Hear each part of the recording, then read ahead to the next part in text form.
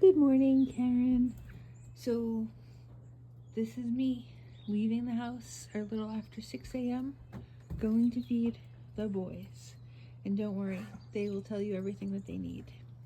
So, I usually come out the back door. There's the hose right there, and there's the water spigots there, hot and cold. You probably only need these maybe twice while we're away. So, we just connect usually to the cold. And Andrew has it running all the way down to the big water tub that's behind Hobbs. And so that's a nice 100-gallon tank or so. And so if you can just make sure that that's at least 3/4 full, it's pretty good. They don't drink a lot, so it's not a big deal. But you can see it's a very muddy day here. So that's the water situation. You don't need to clean it out, just need to keep it full and like 3/4 full. Hey, Walter. How are you, buddy? So Walter's turning a little bit more red than he used to. Hi, good morning.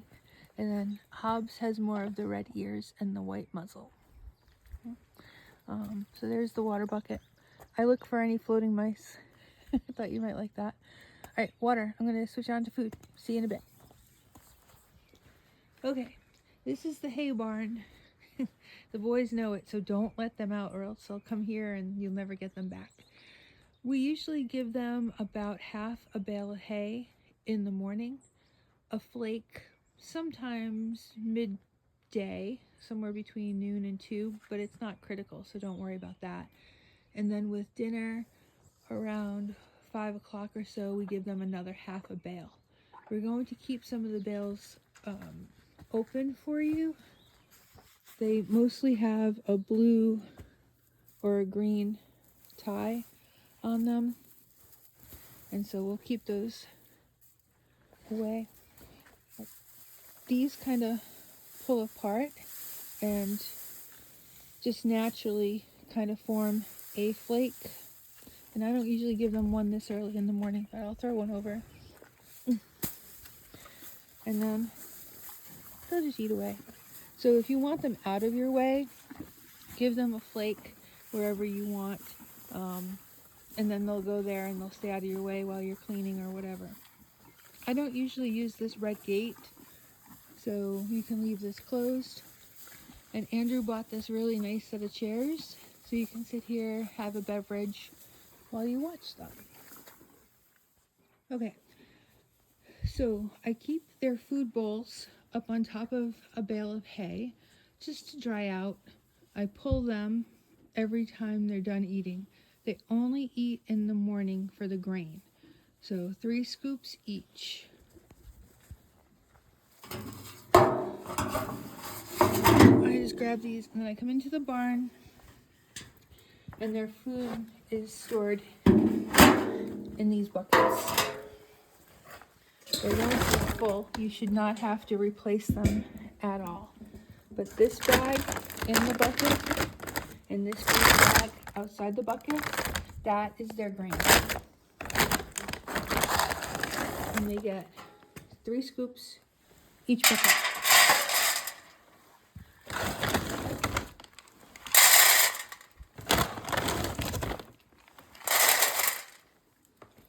There's so much grain in there right now that it's not going to close. That's perfectly fine. Don't worry about it. Oh, that's the utility knife to open the bales of hay. So if you need to unwind any more of those, just grab that knife.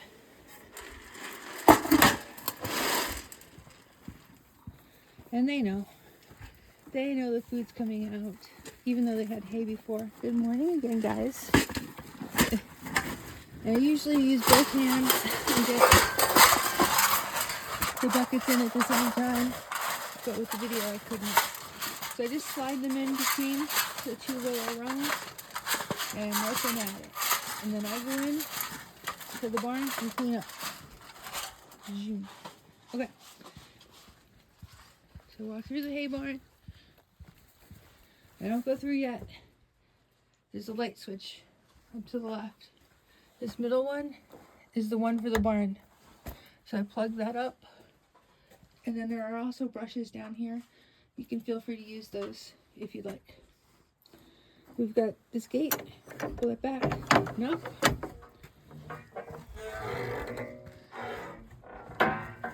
And then just latch it, and we can go into the barn.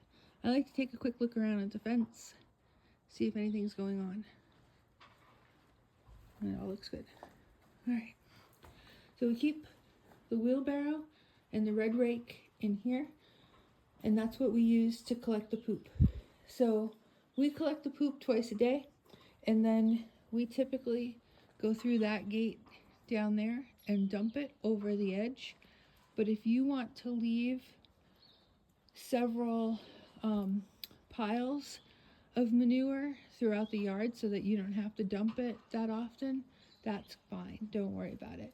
We think that the most important piece to be cleaned out is the barn where they're sleeping, but then also where they're eating over there, because that can get pretty muddy. So if you could clean those two areas morning and afternoon, that would be great. And like I said, you can just find a place out of the way to leave the piles of manure, and we can take care of it when we get home. No worries. And Hobbs is always the first one to come back over.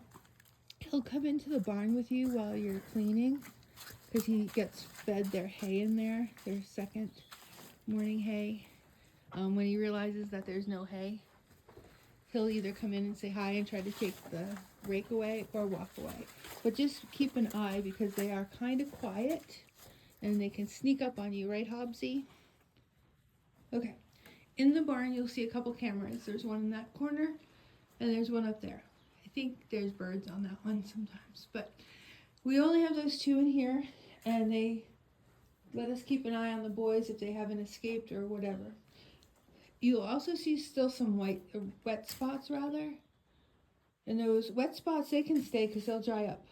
But with the poop or manure, I usually just try to get in there a little and give it a shake to make sure that we're still keeping some shavings, because while we do have more, we want to make sure that we have enough. Shavings are on the other side of the barn right here, and so if you want to put more down, you can. They should be fine. Shouldn't have to worry about that. And then I'll just take the wheelbarrow outside and go make my rounds and clean up the poop. So this is the electric fence solar panel to charge the fence. The white rope on the fence, that is the electric fence, and that is on. So if you want to shut that off at any point, there's an on-off button on the back of the charger, and you can also disconnect this cable jumper if you wanted to. It's supposed to be a very light charge. I really haven't touched it. We can get into the pasture without it being turned off, but if you feel more comfortable, feel free to shut it off. The boys are pretty good, so they're not challenging the fence or anything. But do what you feel comfortable with. This is also an electric fence, the green, but it is not on, and there are no bees, so you don't have to worry about anything here either. This is the gate where we dump the manure. The boys don't come out here when we have the gate open, but again, if you don't feel comfortable for whatever reason dumping the manure, you don't have to. And I just keep this gate wide open so that I can get the wheelbarrow through there and hopefully not getting you seasick. They're up there. You're always going to have a supervisor. They'll always be watching. But they don't come down here to explore the gate unless it's open for a very long time. So then I just take it and I dump it. Barb knows everything about the cows for the most part. She'll spoil them, and that's great. So if you need to call her for anything, feel free to do that. I'll leave her number too. So then when I'm done, I put the wheelbarrow back under there with the red rake facing in. And they're waiting for hay. So today's a rainy morning, so I'll put hay in this corner, but I'll also throw a few flakes up on the hill and maybe even down by the rocks. Just spread it out for them. They seem to like that a lot. And you can think about like 6 flakes. It's probably good in the morning and 6 flakes in the afternoon. I don't think I can do this while holding the camera, but Walter's eager.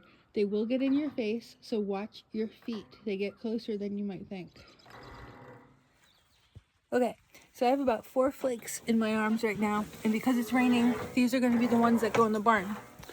And so I don't really lock that gate all the time, but here they come. So I usually stand here and then throw it in the corner because they don't care where your feet are. So I try to get out of the way as much as I can. They're also pretty good if you do get kind of like stuck here against the wall, you can kind of just push them out of the way and shimmy them away. And they're good about that. But you want to make sure that you're comfortable. So if you want to give them a flake of hay outside the barn before you put it inside the barn, feel free to do that. We don't mind at all. You guys can take care of you and take care of them. And the same thing. Walter's got a big old butt. And so he doesn't always like to come completely in the barn. And they bully each other. So sometimes you just gotta push him over, Walter. Come on. So my feet are back. Hi, good boy. And then just try to tap the other side. Good job, guys. And then you can squeeze out. All right, so like I said, I don't always close or lock this. It's your comfort level. So here's a flake. And then I'm gonna grab probably 3 flakes and go spread them out on top of the hill. Okay. So we have 3 flakes, 3 flakes of hay up on the hill. They seem to expect the flakes will be spread out, and if they are not spread out, they get a little cranky, which means they get loud. So do yourself a favor. Spread the flakes out. So then I come down here. It's just mud and extra hay. So they're food buckets.